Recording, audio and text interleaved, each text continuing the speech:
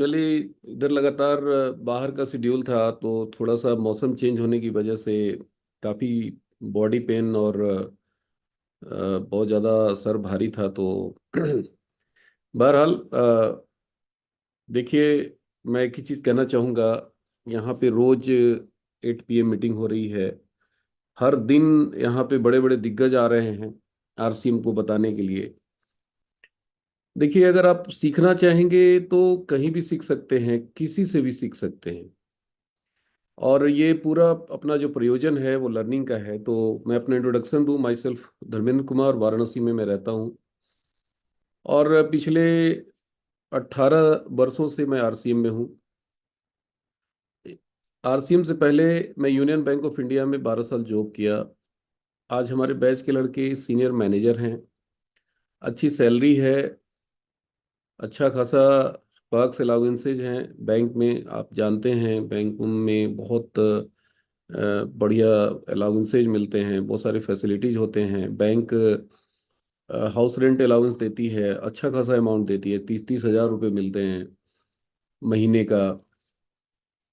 Car allowances मिलते हैं, 100-100 litre petrol के पैसे मिलते हैं, अखबार खरीदने के पैसे मिलते हैं, घूमने के पैसे मिलते हैं, फर्नीचर खरीदने के पैसे मिलते हैं। अच्छी खासी सैलरी होती है। बहुत अच्छा लाइफ स्टाइल होता है। देखिए, आज बहुत सारे लोग कहते हैं कि सर मुझे आरसीएम की जरूरत नहीं है। तो भाई साहब, आपको क्या लगता है कि मुझे जरूरत थी? बिल्कुल नहीं थी। आपके हिसाब से तो बिल्कुल नहीं थी। तो फिर मैंने आरसीएम को क्यों चुना एज ए करियर? एक अच्छी खासी जॉब, एक अच्छा खासा सेटल्ड लाइफ को रिजाइन करके छोड़ के आज मैं फुल टाइम आरसीएम कर रहा हूँ। देखिए, ये बिजनेस देती क्या है, हम में से बहुत ज्यादातर लोग भूल जाते हैं। हमें शॉर्ट टर्म अचीवमेंट चाहिए, और शॉर्ट टर्म अचीवमेंट के लिए हम लोग काम करते हैं, और इसीलिए हम निगेटिव हो जाते हैं, इसीलिए हम बहुत जल्दी हार मान लेते हैं।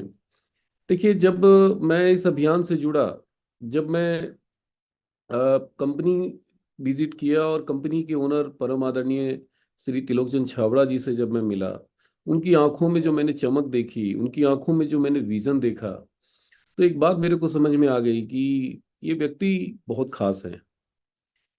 कहते ना कि देखिए, कोई भी संस्था तब काम करती है, तब ऊंचाई पे जाती है, जब उस संस्था को चलाने वाला, उस संस्था को जन्म देने वाला व्यक्ति खास हो।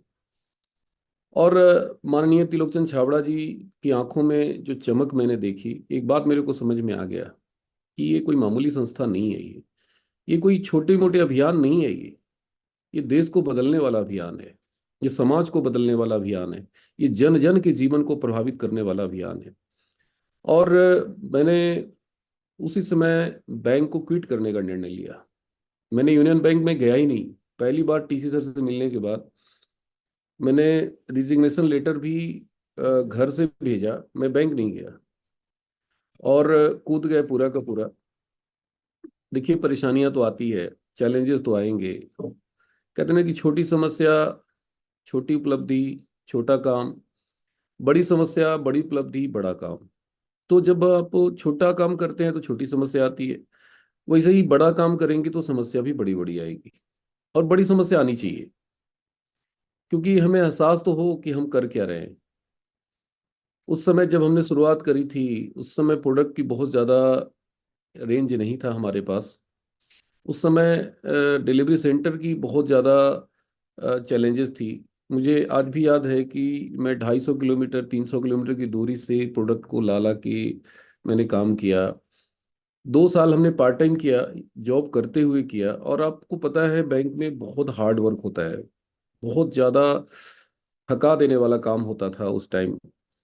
क्योंकि उस समय बैंक में मैनुअल वर्किंग होती थी। उस समय गूगल पे, फोन पे, एटीएम, इस तरह की कोई टेक्नोलॉजी नहीं थी उस समय। नोट काउंटिंग मशीन नहीं हुआ करता था।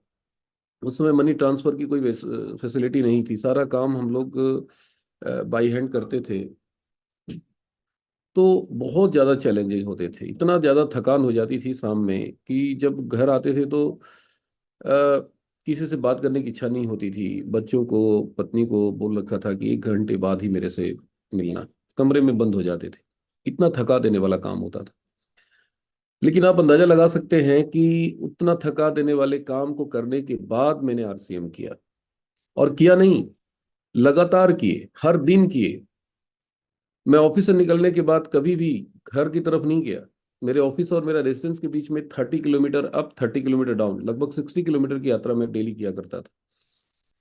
और ऑफिस से निकलने के बाद मैं आरसीएम में जब से ज्वाइन किया, मैं 12 बजे रात से पहले कभी घर नहीं आया। 12 PM। और 12 बजे रात में भी घर इसलिए आना पड़ता था क्योंकि 12 बजे रात में किसके घर पे होम मीटिंग करने जाएंगे? कोई अलाउ करेगा? कोई अलाउ नहीं करेगा। मैं सोचा करता था कि काश यार रात में भी दिन होता, कितना मजा आता। काश मैं 24 घंटे काम करता। और दोस्तों, मैंने 6वें महीने रॉयल्टी किया उस टाइम में। मेरी 22,000 की चेक थी पार्ट टाइम में। 6वें महीने, 1 साल के अंदर मैंने कार खरीदी। दूसरा साल कंप्लीट होते होते मेरी 1 महीने की चेक मेरी बैंक की सैलरी से 5 गुनी से ज्यादा आने लग गई। more than 5 times। देखिए, आज से 18 साल पहले की बात मैं बता रहा हूँ। This was not a joke. आज बहुत सारी संसाधन है, बहुत सारे आज बताने वाले यहाँ पे गुरु लोग आ रहे हैं। यूएस का सपोर्ट है आपको। आज जूम का एक बहुत बड़ा सपोर्ट है आपको। उस टाइम में इस तरह की कोई सिस्टम नहीं हुआ करता था। उस समय 2G के जमाने में हमने आरसीएम शुरू किया था। 2G समझते हैं ना, मोबाइल की जो स्पीड होती है 2G। उस समय साइबर कैफे में जाके हम लोग आईडी पासवर्ड डालते थे ना, तो जब एक झपकी लेते थे ना, तो हम आँख खोलते थे तब आता था सामने। उस टाइम में हम लोगों ने आरसीएम किया था। और उस टाइम में बहुत तेज गति से काम हुई थी। देखिए, आज मैं अपनी बखान करने नहीं आया हूँ। What I want to give you message. आप जस्ट समझने की कोशिश करिए कि इस बिजनेस में इतना टाइम नहीं लगता है। इस अभियान में बहुत, आज तो मैं देख रहा हूँ लोग 1-1 महीने में रॉयल्टी कर जा रहे हैं, 6-6 महीने में टेक्निकल कर जा रहे हैं, एमराल्ड कर जा रहे हैं। तो बहुत आसान हो गया है। लेकिन आसान किसके लिए है?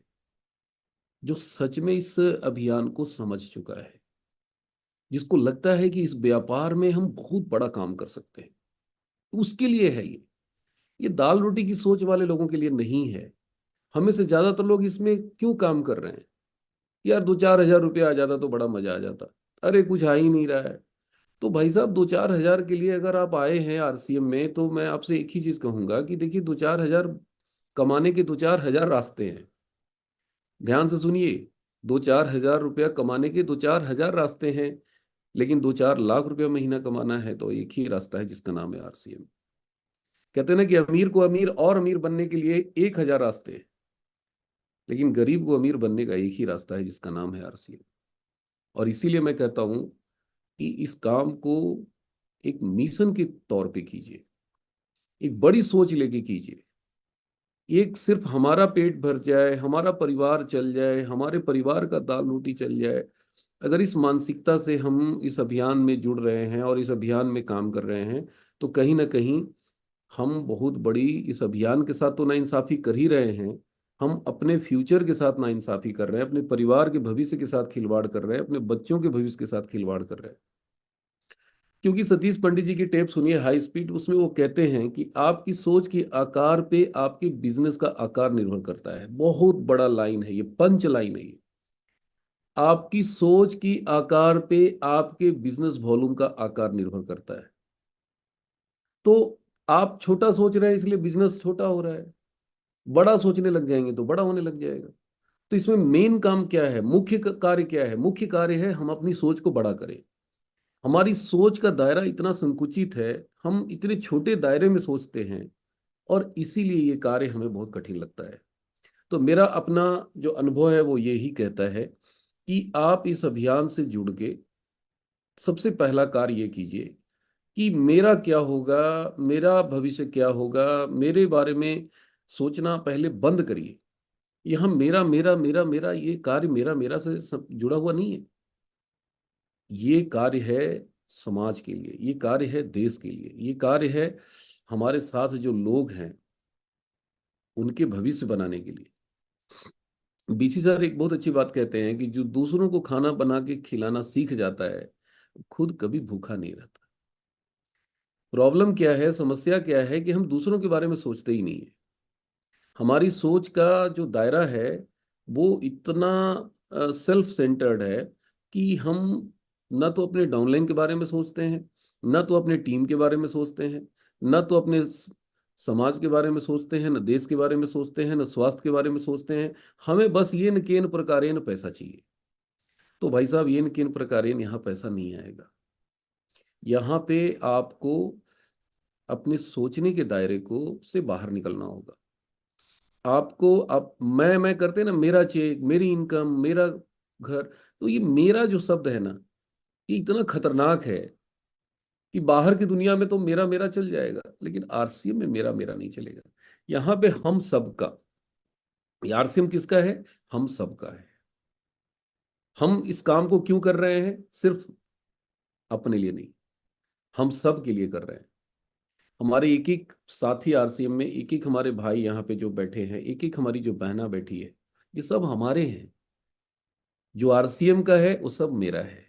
वो सब हम सब मिल करके यहाँ पे इस अभियान को सींचेंगे, गांव गांव तक पहुंचाएंगे, घर घर तक पहुंचाएंगे, जन जन का आंदोलन बनाएंगे, ये जन जन का अभियान बनाएंगे। और जब इतना बड़ा सोच, कहते हैं ना कि जब बाढ़ आती है ना, तो अगर आपका उस बाढ़ क्षेत्र में गांव है, घर है आपका, तो आपका घर बचेगा क्या? बाढ़ आएगा तो आपके घर में भी आएगा। तो जब आरसीएम की बाढ़ आएगी ना, जब चारों तरफ जन जन इस अभियान से जुड़ने लगेंगे, जब चारों तरफ आरसीएम ही आरसीएम नजर आएगा, तो यहां बैठे हुए लोग सारे स्टार रूबी होंगे, सारे आरसीएम के डायमंड होंगे, सारे के सारे कामयाब होंगे। तो क्यों ना सब मिल के करें? क्यों ना सब मिल के पूरी ताकत लगाए? क्यों कहते हैं मेरी टीम, मेरा ग्रुप, मेरे लोग, मेरा चेक, मेरा लेवल, मेरी इनकम?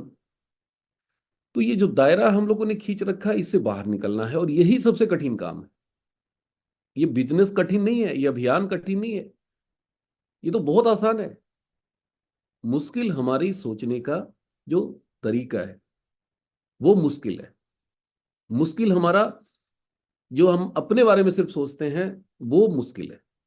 और इससे बाहर निकलने का एक ही तरीका है, वो है माहौल। जब तक हम इस तरह के माहौल में लगातार अपने आप को नहीं लाएंगे, हर दिन 8 PM मीटिंग हो रही है, हर दिन यूएस के कोर लीडर आते हैं, आप लगातार आइए, हर काम छोड़ के 8 से 9 इस प्रोग्राम को अटेंड करिए, नोट्स करिए डायरी पे, कहाँ गलतियां हो रही है। छोटे छोटे काम करना है, इसमें बड़े काम नहीं करना है। मैंने देखा है कि इस बिजनेस में जुड़ने के बाद, इस अभियान से जुड़ने के बाद लोग भागना शुरू करते हैं। जिसको देखिए वो बताना शुरू कर देता है, हर आदमी कहता है कि सर नहीं नहीं, मैं अच्छा बताता हूं, मैं बताऊंगा बहुत बढ़िया। और यही सबसे बड़ी चूक होती है। आपका काम बताना नहीं है, आपका काम है सुनना, आपका काम है जुड़ना। सिर्फ फॉर्म भर देने से, आईडी मिल जाने से आप जुड़ नहीं जाते। शुरुआत करिए, पहले चेक करिए 100% प्रोडक्ट यूज, पहले खुद से। आज मैं घर में भी बैठा हूं तो आरसीएम का सूट पहन रखा हूं, ये आरसीएम की टाई है, आरसीएम का शर्ट पहन रखा हूं। जब तक आप 100% प्रोडक्ट यूज नहीं करेंगे, संकल्प कर लीजिए कि घर में नमक आएगा तो आरसीएम। अगर घर में नमक खत्म हो गया, रात का टाइम है, तो फिर क्या करेंगे? पिकअप सेंटर भी बंद हो चुका है। कई बार ऐसा हुआ है मेरे साथ, काम के धुन में नमक लाना भूल गए, 2 दिन 3 दिन मैडम ठप, घर में खाना नहीं बना। रात में आए, बोली कि नमक तो है ही नहीं, तो कैसे बनेगा? तो चीनी नहीं आती आरसीएम में। मैंने कहा चीनी है घर में? बोले हाँ। तो मैंने कहा तो खीर बना दो। सच्ची घटना बता रहा हूँ, और एक बार नहीं कई बार हमारे घर में खीर बना। खीर खाता नहीं है कोई, लेकिन अब कोई खाने के लिए है ही नहीं, तो बच्चे क्या खाएंगे? चलो भाई खीर पूड़ी खा लो। लेकिन किसी पड़ोसी से आरसीएम का नमक अगर है, अब तो मान लीजिए कई जुड़ गए हैं, हमारी बिल्डिंग में भी हमारे साथ हैं, लेकिन उस टाइम बहुत यदा कदा ही लोग जुड़े थे, ना के बराबर थे।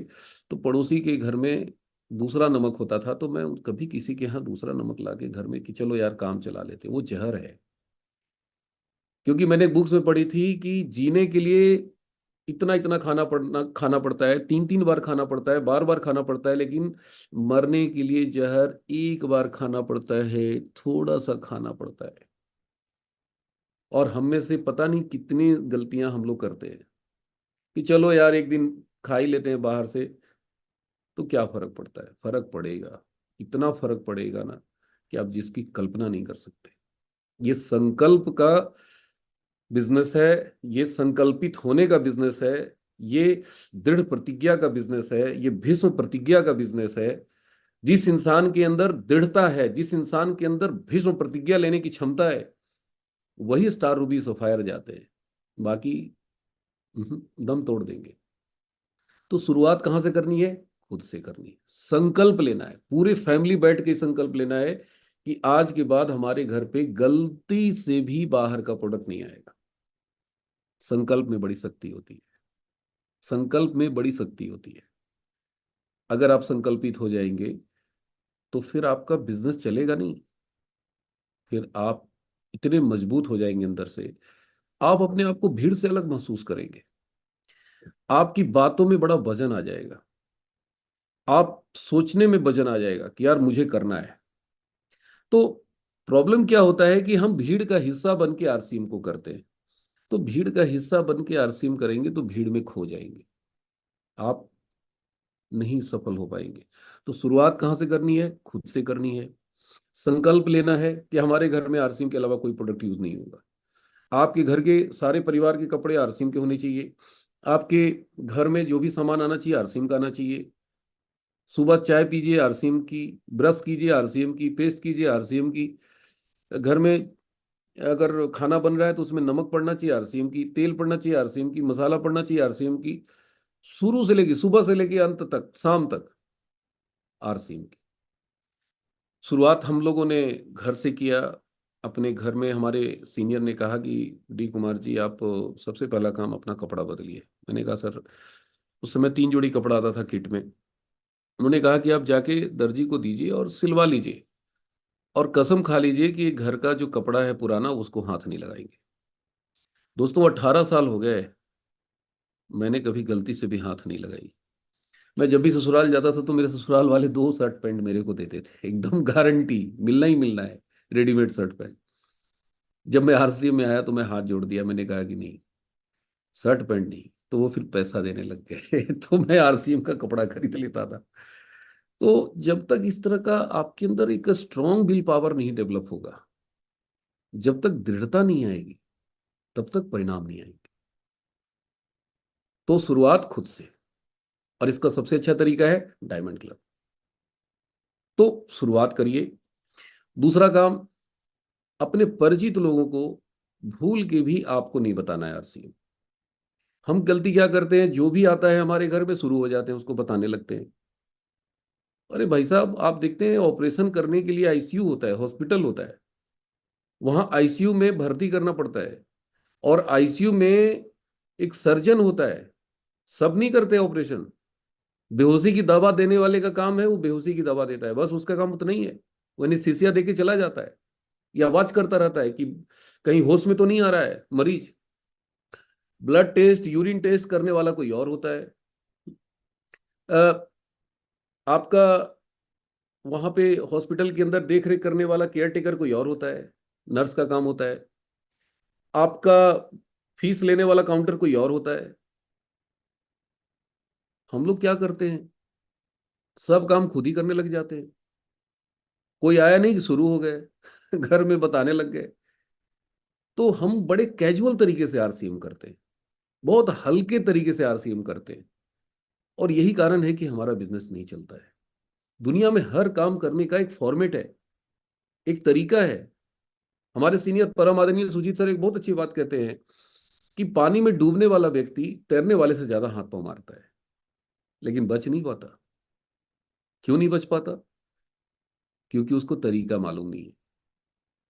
तो हाथ पांव मारना महत्वपूर्ण नहीं है, महत्वपूर्ण है तरीके से हाथ पांव मारना। एक किताब आती थी पहले, आरसीएम कैसे करें। उस किताब को मैंने बहुत ध्यान से पढ़ा था।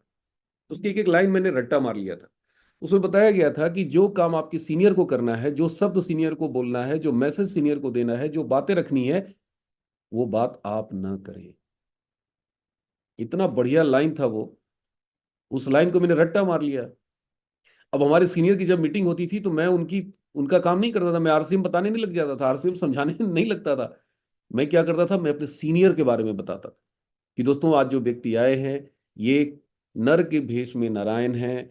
ये साधारण व्यक्ति नहीं हैं, ये जैसे दिखने में लग रहे हैं वैसे नहीं हैं, ये वो हैं जो आपको आधे घंटे बाद आप फील करेंगे। हजारों लोगों की इन्होंने जिंदगियां बदली है। मेरे लिए तो ये परमेश्वर के समान है। और जब से मैं इनके संपर्क में आया हूं, मेरे जीवन में लगातार परिवर्तन आ रहे हैं। अब जब हम इस तरह से बोलते हैं, जो भी आ रहे हैं वो सारे के सारे सुजीत सर के बारे में प्रमोशन कर रहे हैं, उनके बारे में बता रहे हैं। अब सुजीत सर आरसीएम के बारे में बताते थे, सर 100% रिजल्ट आती, 100%। लेकिन आजकल मैं देखता हूं कि जो आते हैं वही आरसीएम बताने लग जाते हैं। जो आते हैं कहते हैं भाई साहब, साबुन खाने से, साबुन लगाने से पैसा आता है, तेल खाने से पैसा, तेरे बाप का क्या जाता। जो आ रहा है वही बताने लग जा रहा है। तो प्रॉब्लम क्या है कि हर आदमी टीचर बन जाएगा तो भैया स्टूडेंट कौन रहेगा? और जब स्टूडेंट कोई रहेगा ही नहीं, तो एक नया आदमी को बुला के लाए हैं, उसको कौन समझाएगा, किससे समझेगा? तो बहुत सारी बातें हैं, हमें सीखना है। We have to learn. हमें वो बातें नहीं करनी है जो हमारे विजिटिंग लीडर आ रहे हैं, जो हमारे जो वहां पे मेन वक्ता है। भाई उनके पास जो अनुभव है, उनके पास जो ज्ञान का खजाना है, उनके पास जो अचीवमेंट है, उनके पास जो एक्सपीरियंस है, वो हमारे पास कैसे हो जाएगा? नहीं हो सकता। तो वो भी तो आए हैं आरसीएम करने। हमें क्या लगता है कि सर पता नहीं ठीक से बताएंगे कि नहीं, हम शुरू हो जाते हैं। और यही सबसे बड़ी चूक हो जाती है। आजकल मैं मीटिंग सेमिनार में कहीं भी जाता हूं तो मैं देख के बड़े हैरान हो जाता हूं कि हमारे भाई लोग, पर्ल स्टार पर्ल को बुलाया जाता है तो वो बताना शुरू कर देते हैं, आरसीएम समझाने लग जाते हैं। एक रॉयल्टी आता है वो भी समझाने लग जाते हैं। तो देखिए, सीखना है ये सब चीजें। कौन सिखाएगा? किसी न किसी को तो आगे आना पड़ेगा, किसी न किसी को तो सिखाना पड़ेगा। अब आप अपने सीनियर के साथ जाते हैं किसी थर्ड पार्टी के पास, अब सीनियर खामोश है और आप सामने वाले को समझा रहे हैं, तो फिर सीनियर को ले क्यों गए? अरे भाई साहब, आपका जो सीनियर है ना, उस पर भरोसा कीजिए। वो ऐसे सीनियर नहीं है। आपका रॉयल्टी है, आपका टेक्निकल है, उस पर भरोसा कीजिए। तो ये बीमारी नीचे से लेकर ऊपर तक फैल चुका है। हमारे टाइम में ऐसा नहीं होता था। ठीक है, आप वीडियो देखते हैं, आप यूट्यूब पे खूब ढेर सारे यूएस चैनल के आप वीडियो देखते हैं, आप खूब ढेर सारे प्रोग्राम देख रहे हैं, लेकिन सीनियर तो सीनियर होता है। हमेशा याद रखिए, अगर आप अपने सीनियर को लेके गए हैं, उनसे मुलाकात करवाइए। और मुलाकात में क्या करना है? बहुत लोगों को मैंने देखा है, सीनियर से क्या परिचय कराते हैं, सर ये नेताजी हैं, ये प्रधान जी हैं, सर ये अगर जुड़ गए ना तो ये कमाल कर देंगे। तो आपने प्रधान जी को क्या बना दिया? तोप सिंह, तुर्रम खां। और आपने सीनियर को क्या बना दिया उनके सामने? छोटा बना दिया। नो, भूल के भी प्रधान जी हैं तो उनको नहीं बताना है प्रधान जी हैं, सीनियर का प्रमोशन करना है। बताइए कि ये जो व्यक्ति आए हैं सर, आज मेरी जिंदगी बदली है इनकी वजह से। ये बहुत बड़ी मुश्किल से इनका समय मिलता है सर। आज हम सब किस्मत वाले हैं कि आज सर का समय मिला है, आधे घंटे का। और आपके लिए स्पेशल मैं इनको लेके आया हूं, आधे घंटे का इनका समय दीजिए। और उनके बारे में, प्रधान जी के बारे में क्या बोलना है? सर ये जितेंद्र जी हैं, ये सुरेंद्र जी हैं, ये हमारे पड़ोसी हैं। बस प्रधान जी नाम ही नहीं लेना है। हमारे एसपी वर्मा साहब स्टेट बैंक के ब्रांच मैनेजर थे, और मैं सुजीत सर से ले गया, मुलाकात कराया, और मैं उनको नहीं बताया सुजीत सर के सामने कि ये ब्रांच मैनेजर स्टेट बैंक है। उनको बस बोला सर ये मेरे सामने रहते हैं। और सुजीत सर का मैंने जमकर प्रमोशन किया। और सुजीत सर 10 मिनट आरसीएम समझाए, ज्वाइन किए, और अगले महीने 145 ज्वाइनिंग कराई। आज वो रूबी है, मैं star Ruby. This is what you have to do. आपको भी यही करना है। हम सब काम उल्टा करते हैं, सब काम गड़बड़ सड़बड़ करते हैं, और यही कारण है कि हमें रिजल्ट नहीं मिलता। और ये सब चीज सीखेंगे कैसे आप? क्या लगता है 8 बजे आकर के बैठ के सीख जाएंगे आप? नो। क्या लगता है हम सारी बातें सिखा देंगे आपको? संभव ही नहीं है भाई साहब। 18 साल में पता नहीं कितने धक्के खाए हैं, कितने सेमिनार किए, कितने होम मीटिंग किए, कितने प्लान्स हो किए। आपको 1 घंटे, आधा घंटे, 45 मिनट में हम समझा देंगे? This is not possible. आपको टेप सुनना है, सतीश पंडित जी की टेप। जाइए यूट्यूब पे, डालिए एस ए, जैसी एस ए लिखेंगे ना सपना चौधरी आ जाएगी। बहुत सारे लोग मेरे सपना चौधरी में फंस जाते हैं कहते हैं सर सतीश पंडित जी को सुनना तो चाहता हूं लेकिन सपना चौधरी आ जाती है। तो देखिए भटकाने वाली शक्तियां बहुत है, हर पल हर जगह भटकाने वाली शक्तियां हैं। बस आपको भटकना नहीं। जीवन में बहुत किस्मत वाले लोगों को ये आरसीएम मिलता है। आप सब सौभाग्यशाली हैं, पूर्व जन्म में अच्छा कर्म किए हैं कि आज आपको समझ में आ गया है। जरा सोचिए, जिसको 2040 में समझ में आएगा, जिसको 2030 में समझ में आएगा, वो कितना मत्था पीटेगा। हमारे परम आदरणीय सुरेंद्र वस्त जी कहते हैं, जो हमारे डायमंड हैं, वो क्या कहते हैं, वो कहते हैं कि धर्मेंद्र जी आरसीएम में आज 2023 में जो 24 में जो लटक गया है ना, खाली लटका रहे, हैंडल पकड़ के लटका रहे, 2035 2036 आते आते वो स्टार भी बन जाए। ये हम नहीं कर रहे हैं, परम आदरणीय सुरेंद्र वस्त जी ने स्टेटमेंट दिया था। सोच के देखिए, आने वाला समय में बाढ़ आने वाला है, लेकिन उस बाढ़ में सबसे ज्यादा पानी कौन जमा करेगा? जो गड्ढा खूब बड़ा करेगा अब जिसका गड्ढा ही छोटा है तो उसमें पानी भी तो कमी आएगा। तो जितना ज्यादा से ज्यादा इस बिजनेस को सीख सकते हैं सीखिए, इस अभियान से दिल से जुड़िए, आत्मा से जुड़िए। कभी दिमाग में शंका नहीं आनी चाहिए। कहते ना, ये दिमाग विचार पैदा करने की फैक्ट्री है, और फैक्ट्री में अच्छे प्रोडक्ट भी आते हैं और बुरे प्रोडक्ट भी निकलते हैं। केमिकल निकलता है फैक्ट्री में, ऐसे ऐसे केमिकल निकलते हैं जो खेतों की जो फर्टिलिटी होती है, जो उपजाऊ जो उसके तत्व होते हैं उसको नष्ट कर देता है। इतना जहर होता है उसके अंदर। तो क्या फैक्ट्रियां बंद हो जाती है? फैक्ट्री बंद हो जाएगा तो हमारी जिंदगी बंद हो जाएगी। मार्केटिंग किसकी होती है? वो जहर की नहीं होती है, वो पॉइजन की नहीं होती है, वो केमिकल जो खराब निकलते हैं उसकी नहीं होती, उसको तो गड्ढे में डाल दिया जाता है। मार्केटिंग किसकी होती है? अच्छे प्रोडक्ट जो निकलती है। आज मार्केट में वही दिखता है। तो ठीक वैसे ही हमारा दिमाग फैक्ट्री की तरह काम करता है। इसमें अच्छे विचार भी आएंगे और बुरे विचार भी आएंगे।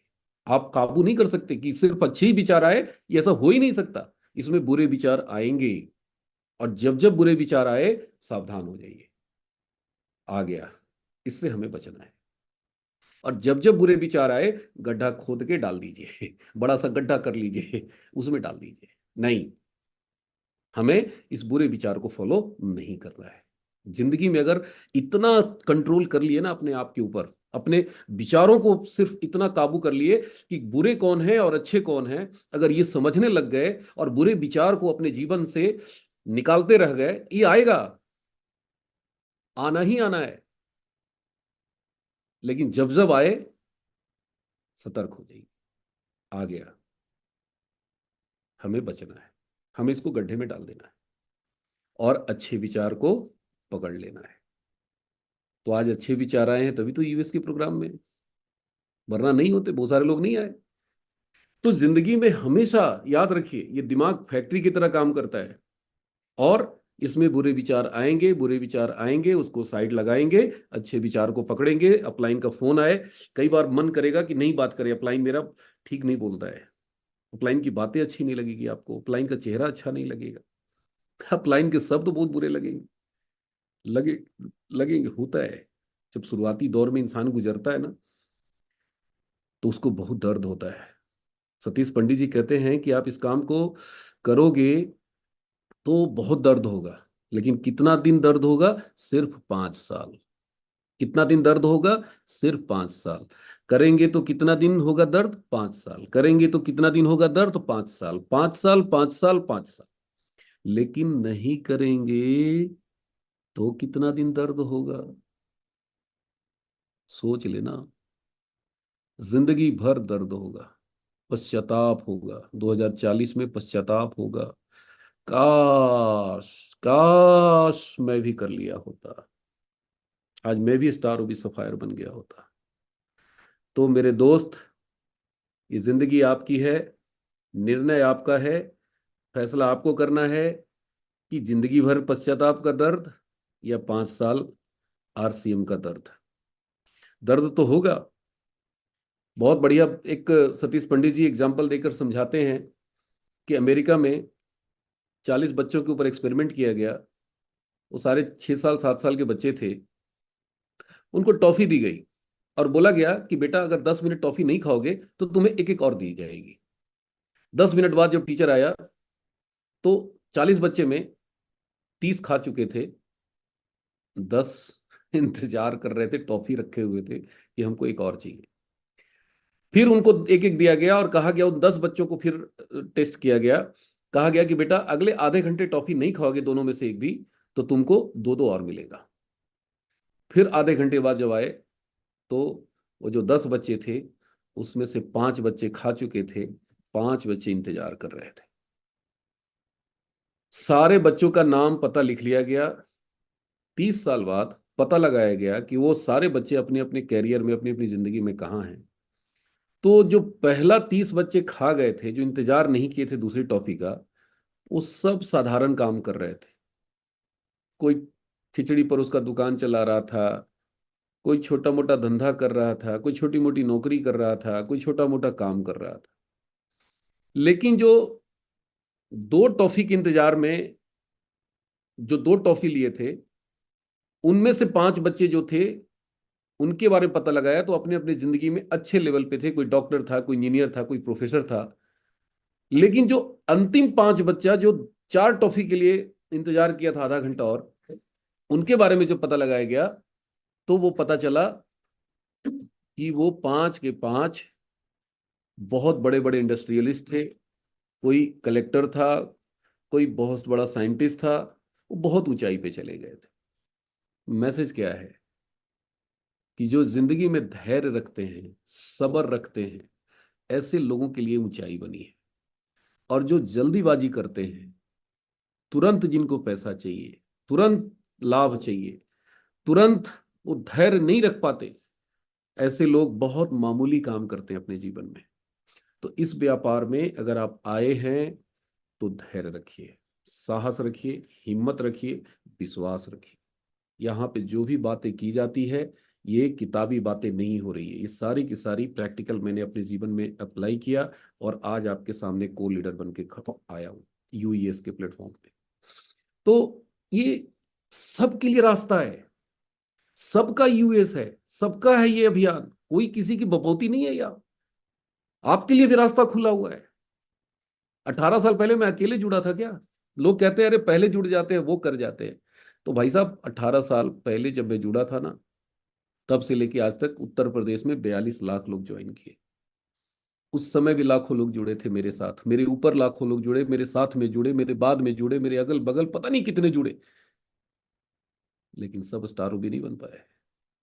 I am the only person. कोई मैं तुर्रम खां नहीं हूं, कोई महाज्ञानी व्यक्ति नहीं हूं, कोई बुद्धिमान नहीं हूं। बुद्धिमान होते तो यूनियन बैंक की नौकरी कर रहे होते नौकरी नहीं छोड़ते भाई कॉमन सेंस लगाइए। मैंने क्या किया? बात माना, टेप सुनना, नियमित रूप से किताब पढ़ना, पॉजिटिव एटीट्यूड की किताबें पढ़िए, रेगुलर मीटिंग अटेंड करना। 18 साल हो गए, आज तक ऐसा कभी नहीं हुआ मुझे कि मेरी मीटिंग मेरे सीनियर ने मैसेज किया हो और मैं नहीं बैठा हूँ। हाँ, एक आध दो बार ऐसा हुआ होगा जब बहुत ज़्यादा, आज भी इच्छा नहीं थी मेरी आने की, तबीयत ठीक नहीं था, अलाउ नहीं कर रहा था, लेकिन लगा नहीं मुझे चलना चाहिए, मेरा रिकॉर्ड खराब हो जाएगा तो बातें बहुत है, आप सब बहुत समझदार हैं। बस एक ही चीज़ कहूँगा मेरे भाई, मेरे दोस्त, मेरी बहना, जान लगा दो, जान लगा दो, दिल दिमाग जिगर गुर्दा सब लगा दो।